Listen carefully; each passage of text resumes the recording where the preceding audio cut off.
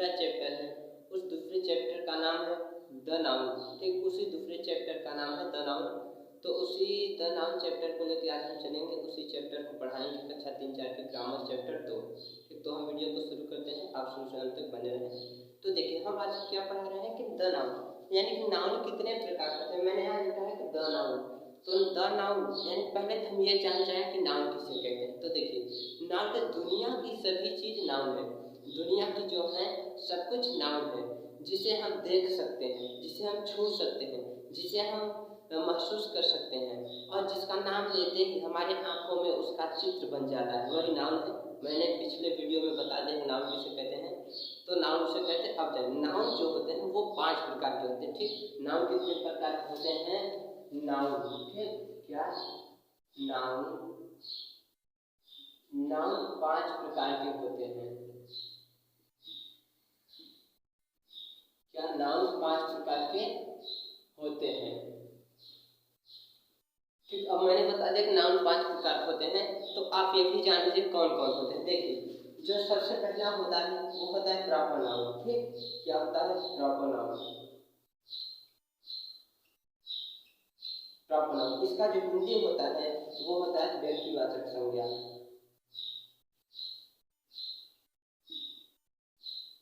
क्या होता है? व्यक्तिवाचक संज्ञा। ठीक, इसका जो हिंदी होता है व्यक्तिवाचक संज्ञा होता है। और जो दूसरा होता है वो होता है कॉमन नाउन। दूसरा होता है कॉमन, CO। क्या होता है? कॉमन। कॉमन नाउन जो होता है वो होता है कि जातिवाचक। ठीक, अब भी इसको देखिए कॉमन नाउन। कॉमन नाउन होता है जातिवाचक।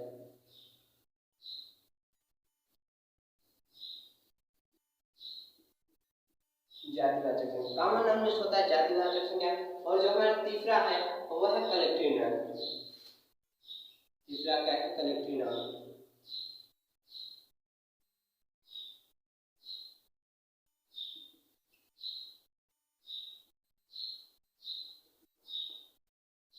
जो दूसरा तो वो है कलेक्टिव नाउन। और जो कलेक्टिव नाउन होता है तो कलेक्टिव नाउन को हिंदी में क्या कहते हैं? समूहवाचक संज्ञा। क्या कहते हैं? समूहवाचक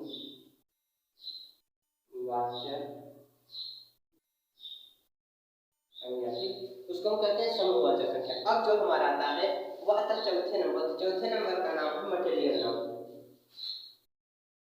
चौथे नंबर जो चौथा है वो है मटेरियल नाउन।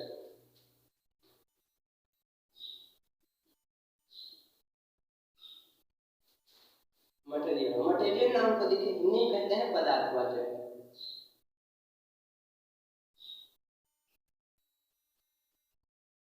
पदार्थवाचक संज्ञा। देखिए ये होता है ना पदार्थवाचक संज्ञा है कि मटेरियल नाउन। अब जो होता है पांचवा होता है वो होता है एब्स्ट्रैक्ट नाउन। पांचवा जो होता है वो है एब्स्ट्रैक्ट नाउन।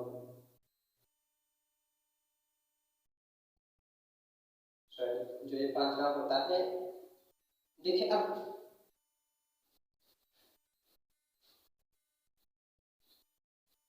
देखिए जो पांचवा,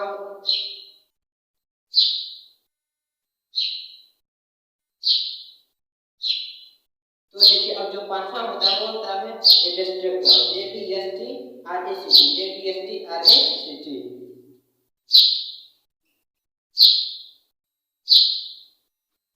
ये होता है एब्स्ट्रैक्ट नाउन। एब्स्ट्रैक्ट नाउन को हिंदी में क्या कहते हैं? एब्स्ट्रैक्ट नाउन को हिंदी में कहते हैं भाववाचक संज्ञा। क्या कहते हैं? भाववाचक संज्ञा। देखिए ये होते हैं 5। मैंने अभी बताया आपको, कि जो नाउन होते हैं वो 5 होते हैं।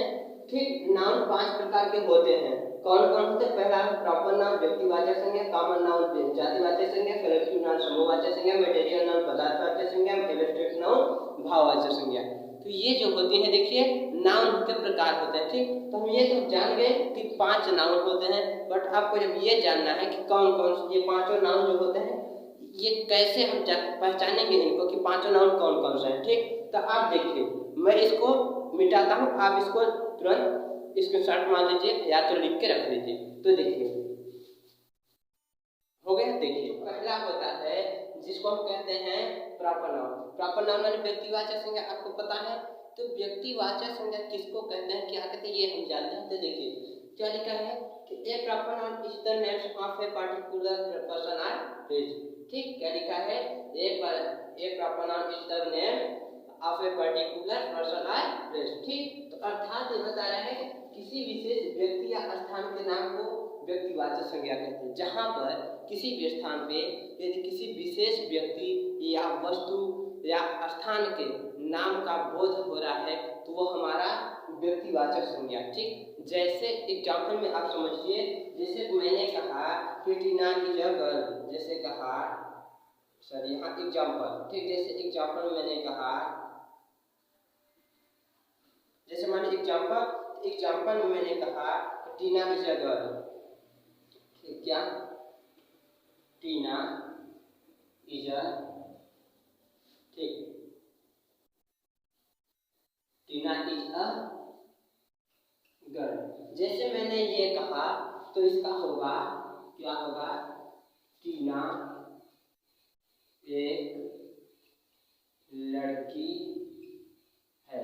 इसका देखिए क्या होगा, टीना इज अ गर्ल, टीना एक लड़की है। ठीक, ध्यान दीजिए कि जो टीना में लड़की है इसमें क्या विशेष, यानी किसी विशेष व्यक्ति या स्थान की, तो टीना है एक विशेष है। ठीक, टीना जो लड़की है वो विशेष है, इसीलिए उसको हम क्या कह रहे हैं, व्यक्तिवाचक संज्ञा, जिसका एग्जाम्पल है टीना इज अ गर्ल, टीना एक लड़की है। अब दूसरा एग्जाम्पल देखिए, दूसरा एग्जाम्पल मैंने आपको दिया कि जैसे Riya is a good singer. क्या कहा, Riya is a good,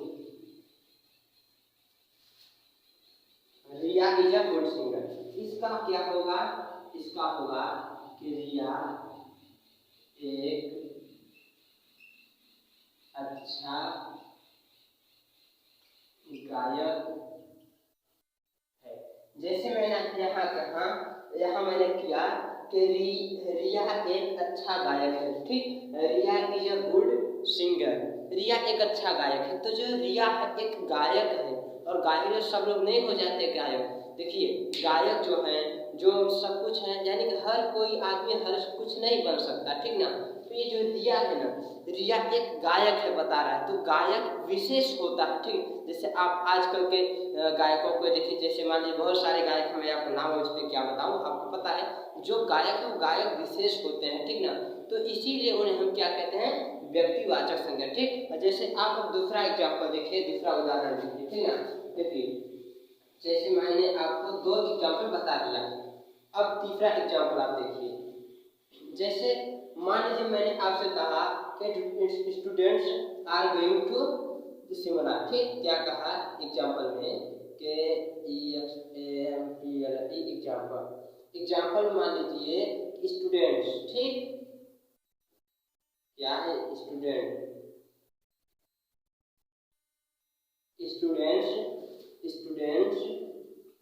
are going to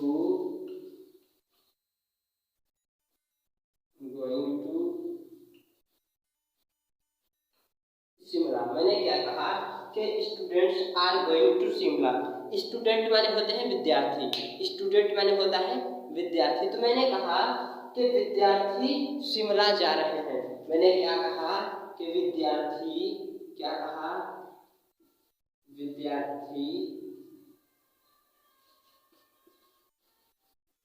Shimla जा रहे हैं। ठीक, मैंने कहा कि विद्यार्थी शिमला जा रहे हैं। तो आप देख रहे जो शिमला इसमें है, तो यहाँ बताया गया कि किसी स्थान का भी नाम यदि हो तो विशेष स्थान का, तो वो व्यक्तिवाचक होता है। आप देख रहे हैं कि जो शिमला है, शिमला एक प्रसिद्ध स्थान का नाम है। शिमला चारों ओर नहीं है कि नहीं एक शिमला इधर तो एक शिमला इधर, एक शिमला इधर, एक शिमला इधर, नहीं, शिमला जो है एक ही जगह शिमला है।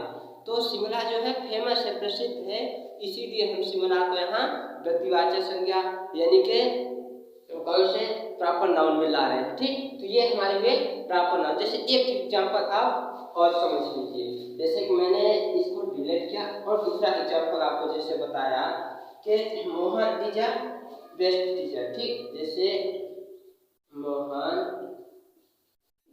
Is a good teacher.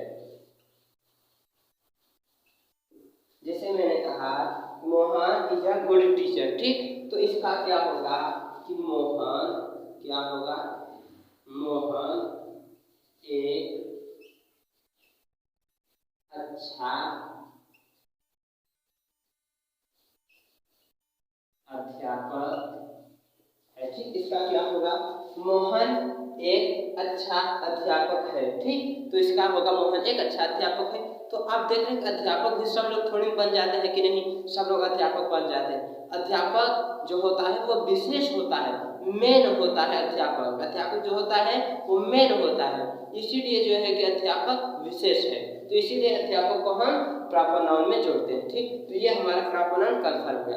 अब नेक्स्ट क्या है, नेक्स्ट हमारा है देखिए कॉमन नाउन, ठीक। कॉमन नाउन मतलब क्या होगा, मैंने आपको भी लिखा था, कॉमन नाउन मतलब होगा जातिवाचक संज्ञा, ठीक। तो देखिए जैसे कि मान लीजिए अब दूसरा होगा कॉमन नाउन, देखिए अब जो दूसरा है, दूसरा हमारा क्या है, कॉमन नाउन, ठीक, जो दूसरा हमारा है वह कॉमन नाउन। तो कॉमन नाउन किसको कहते हैं, कॉमन नाउन कहते हैं जातिवाचक संज्ञा को। कॉमन नाउन किसे कहते हैं, कॉमन नाउन जातिवाचक संज्ञा को कहते हैं। इसका डेफिनेशन देखिए क्या है, डेफिनेशन है कि एक common noun is the name given to every person or thing same class or kind, ठीक, क्या है, यहाँ देखिए ये लिखा है कि एक common noun is the name given to every person or the same class or kind, ठीक, यानी कि जो एक ही समूह अथवा जाति के प्रत्येक व्यक्ति, स्थान अथवा वस्तु के लिए प्रयोग किया जाता है वह क्या कहलाता है, वह कहलाता है जातिवाचक अर्थात कॉमन नाउन। कहाँ, जहाँ पे जिस स्थान पे एक ही समूह अथवा जाति के लोग प्रत्येक व्यक्ति, स्थान अथवा वस्तु के लिए प्रयोग किया जाता है वही क्या होता है, वही भाइयों होता क्या है, कॉमन नाउन, ठीक। तो कॉमन नाउन तो आप ये जान के अब इसका एग्जांपल जो है एग्जांपल देख लीजिए। एग्जांपल जैसे मैंने दिया, मान लीजिए एग्जांपल मैंने दिया कि द बॉय इज राइटिंग, क्या, the boy is writing, the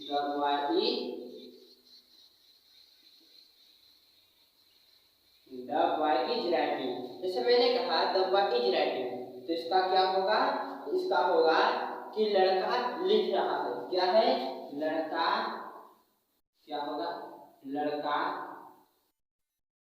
लिख रहा है, इसका क्या होगा कि लड़का लिख रहा है।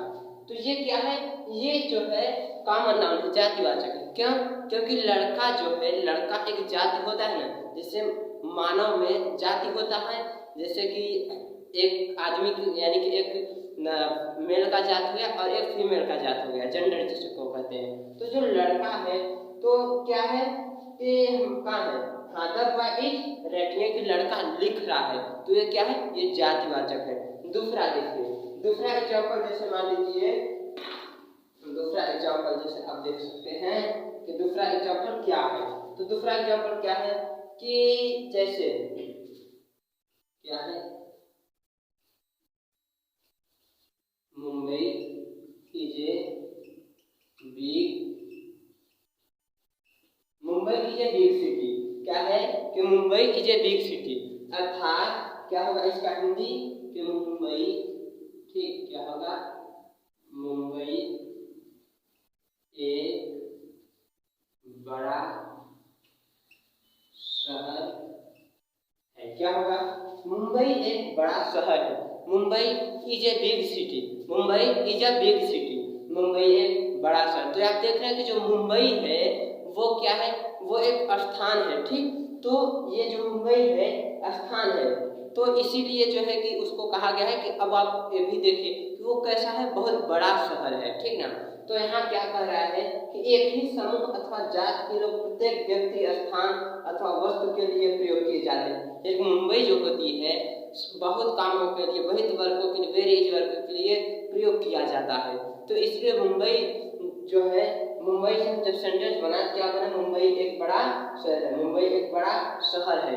तो ये हमारा क्या है, ये देखिए ये हमारा क्या है कि एक कॉमन नाउन है। तो कॉमन नाउन का ये हो गया। जैसे तीसरा एग्जांपल देखिए, तीसरा एग्जांपल जैसे मैंने आपको दिया कि मान लीजिए, जैसे मैं आपको दूसरा एग्जांपल ये दे रहा हूँ कि Ramayana is a holy book. ठीक, क्या Ramayan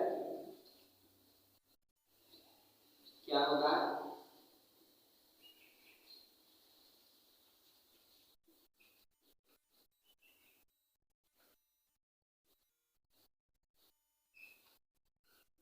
Ramayan is a holy book. क्या होगा, Ramayana is a holy book. इसका हिंदी क्या होगा कि रामायण